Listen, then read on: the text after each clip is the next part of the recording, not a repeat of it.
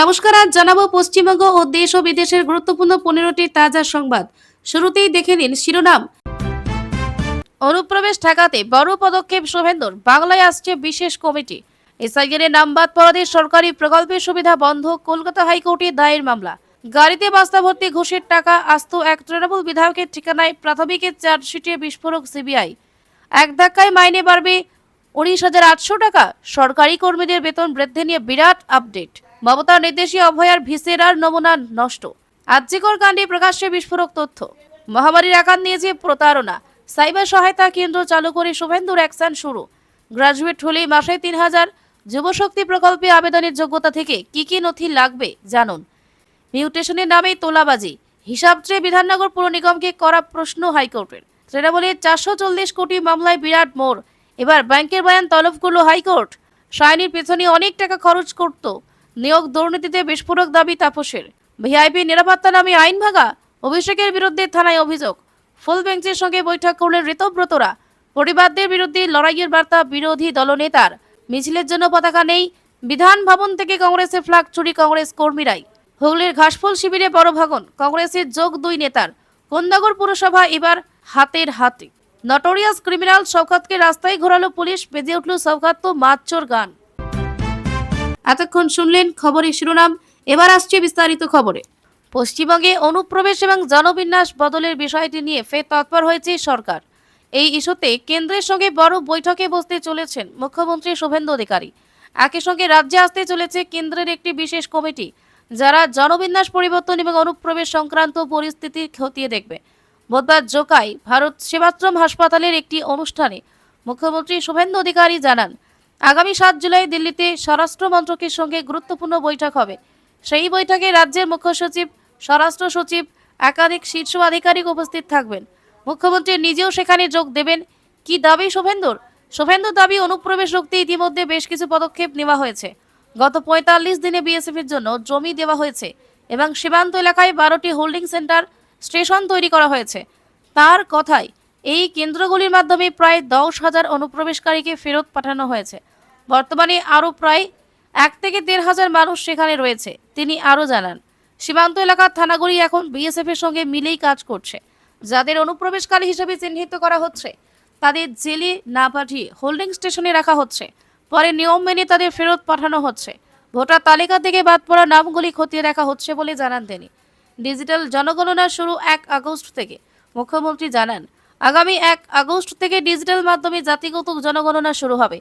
এতে সাধারণ মানুষের নিজের তথ্য নিজেও জমা দিতে পারবেন। এই জনগণনার চূড়ান্ত ফল প্রকাশ হবে 2027 সালের 28শে ফেব্রুয়ারি। তার মতে জনগণনার তথ্য সামনে এলে রাজ্যে জনসংখ্যার প্রকৃত ছবি পরিষ্কার হবে। এরপর অনুপ্রবেশ রোধে আরও কার্যকর ব্যবস্থা নেওয়া সম্ভব হবে। বাংলায় আসছে কেন্দ্রের কমিটি।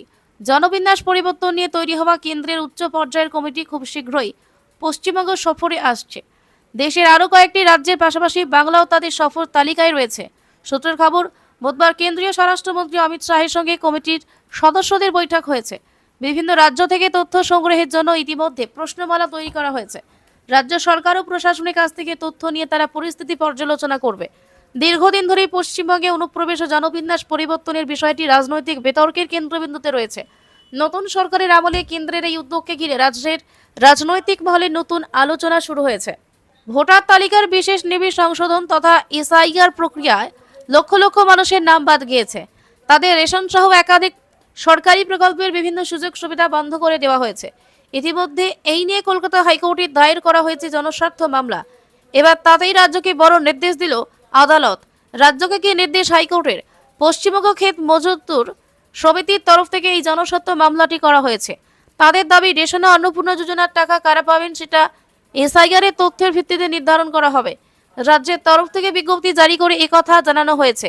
মামলাকারী সংগঠনের বক্তব্য, ভারতের জাতীয় খাদ্য সুরক্ষা আইন 2013 অনুসারে সবাই স্বল্প মূল্যে খাবার পেতে পারেন। ফলে রাজ্যের এই বিজ্ঞপ্তি এর পরিপন্থী। একই সঙ্গে তাদের আশঙ্কা, সরকারের এই সিদ্ধান্তের ফলে রাজ্যের সাধারণ খেটে খাওয়া মানুষ থেকে শুরু করে পরিযায়ী শ্রমিক, মহিলারা সরকারি সুবিধা থেকে বঞ্চিত হতে পারেন। এ বিষয়ে রাজ্যের এজি সুরজিৎ নাথ মিত্র আদালতে জানান, বিষয়টি অনুসন্ধান করে দেখা দরকার। এসআইআর এ কাদের নাম ডিলিট হয়েছে, রেশন ও অন্নপূর্ণা যোজনার সুবিধা কারা পাচ্ছেন না, সেগুলি অনুসন্ধানের পর রাজ্য এই নিয়ে কি পদক্ষেপ করছে তা আদালতে জানানো হবে।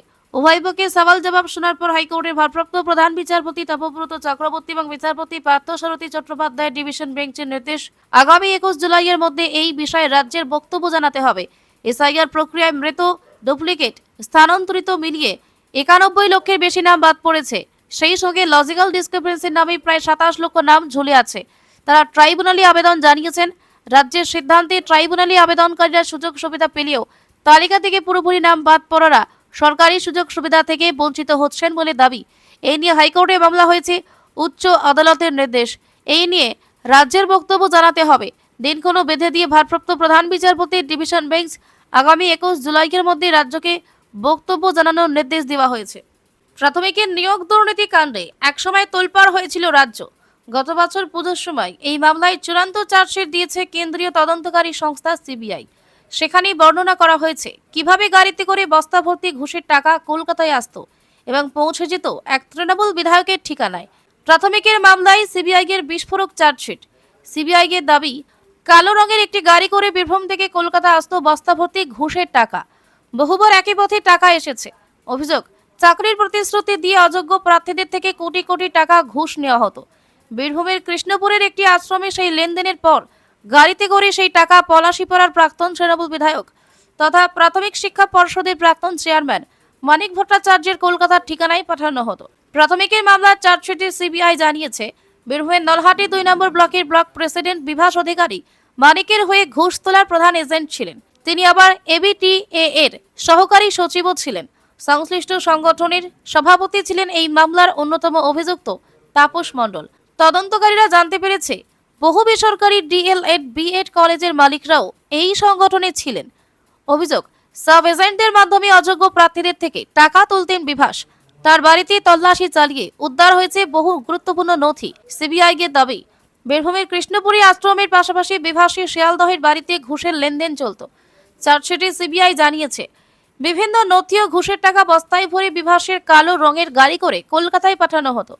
গাড়িতে থাকতো 2 থেকে 3টি বস্তা। এক একটি বস্তায় আবার নগদ 20 থেকে 30 লক্ষ টাকা করে থাকতো।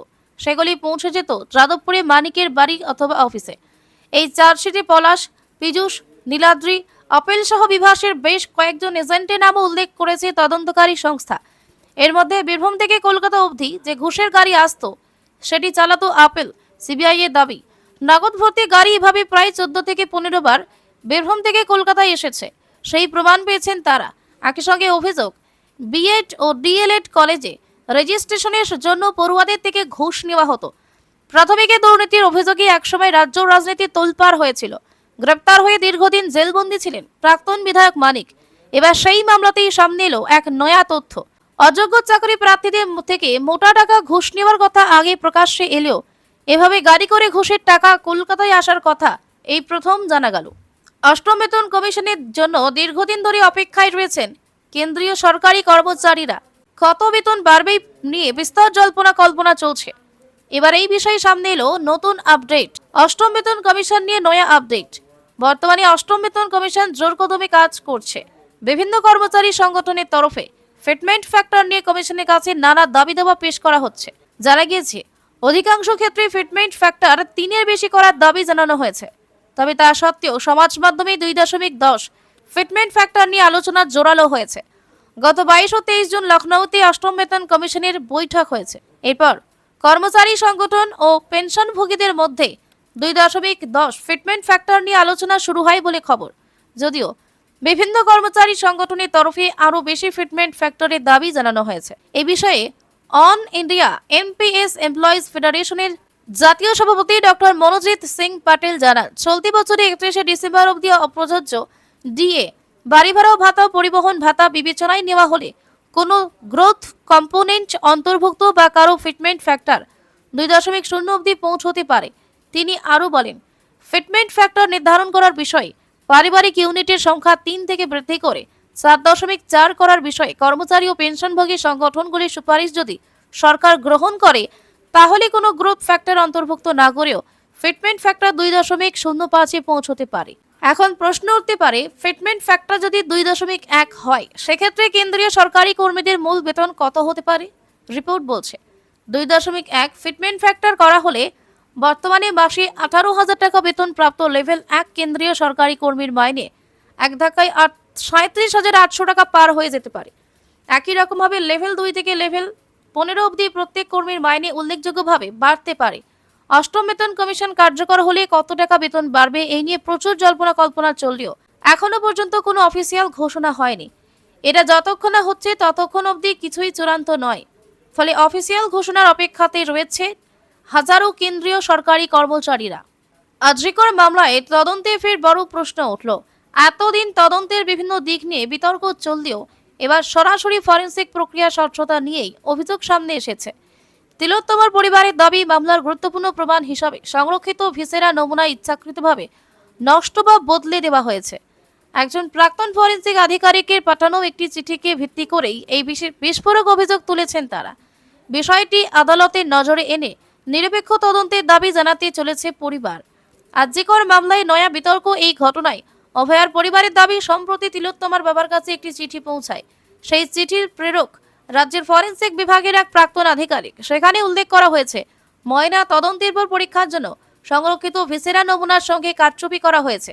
অভিযোগ অনুযায়ী তদন্তের সাথে সংগ্রহ করা লিভার, কিডনি এবং পাকস্থলীর নমুনা আর আগের অবস্থায় ছিল না, অথচ এই অঙ্গগুলির পরীক্ষার মাধ্যমে বোঝা সম্ভব ছিল মৃত্যুর আগে ভুক্তভোগীর শরীরে কোনো বিষাক্ত পদার্থ বা ঘুমের ওষুধ প্রবেশ করানো হয়েছিল কিনা। চিঠিতে আরও দাবি করা হয়েছে রাজ্য ফরেনসিক পরীক্ষাগারের 3 আধিকারিক এই ঘটনায় জড়িত।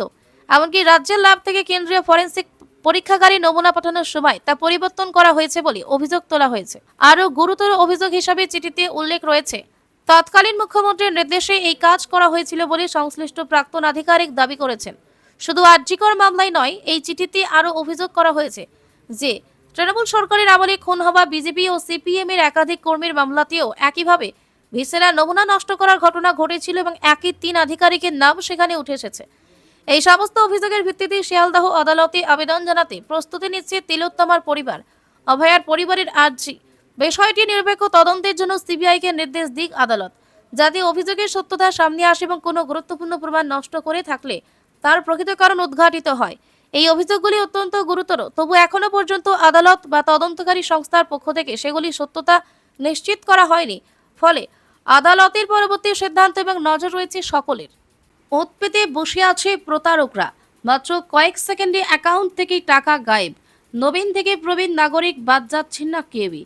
এমনকি প্রান্তিক মানুষরা ছাড় পাচ্ছেন না প্রতারকদের পাতা ফাঁদ থেকে।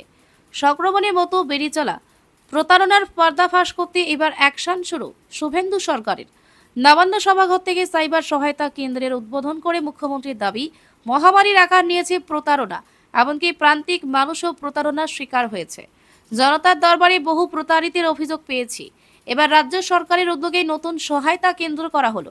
বৃহস্পতিবার পুলিশের সঙ্গে বৈঠকে বড় ঘোষণা করেন মুখ্যমন্ত্রী শুভেন্দু অধিকারী। এবার সাইবার প্রতারিতদের অভিযোগ নিতে প্রতি থানায় বিশেষ সহায়তা কেন্দ্র থাকবে বলে জানান তিনি। সাইবার সহায়তা কেন্দ্র চালু করে মুখ্যমন্ত্রী বলেন, প্রতি সপ্তাহে জনতার দরবারে সাইবার প্রতারণার শিকার বহু মানুষ অভিযোগ জানাতে আসেন। এমনকি সামাজিক প্রকল্প ফর্ম ফিল আপ করছেন, অ্যাকাউন্ট থেকে সামান্য ভাতাটুকু কয়েক সেকেন্ডে উধাও হয়ে যাচ্ছে। প্রতারণার শিকার প্রান্তিক মানুষরাও। ভারত সরকার ও রাজ্য সরকারের সমন্বয়ে সাইবার হেল্প ডেস্কের সূচনা করে প্রতারিতদের সহায়তা দেওয়া হবে। সাইবার প্রতারণার বিরুদ্ধে পদক্ষেপ নিতে পুলিশ আধিকারিকদের একাধিক নির্দেশ দেন মুখ্যমন্ত্রী। শুভেন্দু অধিকারী জানান, সমস্ত রকম পরিকাঠামোগত সহযোগিতা, আধুনিক যন্ত্রপাতি, প্রয়োজনে নতুন কর্মী নিয়োগ করবে রাজ্য সরকার। সাইবার সংক্রান্ত অভিযোগের ক্ষেত্রে ডিজি ও এডিজি পদমর্যাদার আধিকারিকরা পুলিশ আধিকারিকদের প্রশিক্ষণ দেবেন। তিনি এও বলেন, সাইবার সেলে সিনিয়র আধিকারিক নিযুক্ত করার চিন্তা ভাবনা করছে রাজ্য সরকার। সাইবার প্রতারকদের সহায়তা করতে রাজ্য সরকারের তরফে যে উদ্যোগ নেওয়া হয়েছে সেগুলি সাইবার অপরাধ রোধে রাজ্যের প্রতিটি থানায় চালু হেল্প ডেস্ক। গোল্ডেন আওয়ারের মধ্যে জানানো হলো টাকা লুটে রাখা সম্ভব, তবে 2 থেকে 4 ঘন্টা কেটে গেলে তদন্তের সময় বেড়ে যায়। ক্রিপ্টোকারেন্সির মতো আর্থিক দুর্নীতি রোধেও বিশেষ বন্দোবস্ত। 1930 হেল্পলাইন নম্বর এবং সহযোগ পোর্টাল চালু করা হয়েছে। যে কোনো অপরাধ রোধে পুলিশকে প্রোটোকল মেনে নিঃসংকোচ কাজ করার নির্দেশ মুখ্যমন্ত্রী। তবে রাজ্যের আইন শৃঙ্খলা রক্ষা করতে গিয়ে কেউ যদি তার উপর হামলা করে তাদের বিরুদ্ধে কড়া ব্যবস্থা নেওয়া হবে বলে হুঁশিয়ারি শুভেন্দুর। তত্ত্বরিয়ে এগোচ্ছে অন্নপূর্ণা যোজনার কাজ। বুধবার থেকে এই প্রকল্পের দ্বিতীয় কিস্তির টাকা দেওয়া শুরু করেছে রাজ্য সরকার। এই পরিস্থিতিতে রাজ্যের বহু বেকার যুবক যুবতীর প্রশ্ন, যুবশক্তি প্রকল্প কবে থেকে শুরু হবে? এতে আবেদনের যোগ্যতা কি? আবেদন করতে কি কি নথি লাগবে? এমন নানা প্রশ্ন ঘুরপাক খাচ্ছে তাদের মনে। যুবশক্তি প্রকল্পের খুঁটিনাটি। বিধানসভা ভোটের আগে বিজেপি প্রতিশ্রুতি দিয়েছিল ক্ষমতায় এলে বাংলার বেকার যুবকদের জন্য যুবশক্তি প্রকল্প চালু করা হবে। এর মাধ্যমে তাদের মাসে মাসে 3,000 টাকা করে দেবে সরকার। ভোটে জয়লাভের পর সেই প্রতিশ্রুতি পূরণের কাজ শুরু হয়ে গিয়েছে। ইতিমধ্যেই তৈরি হয়েছে যুবশক্তির পোর্টাল।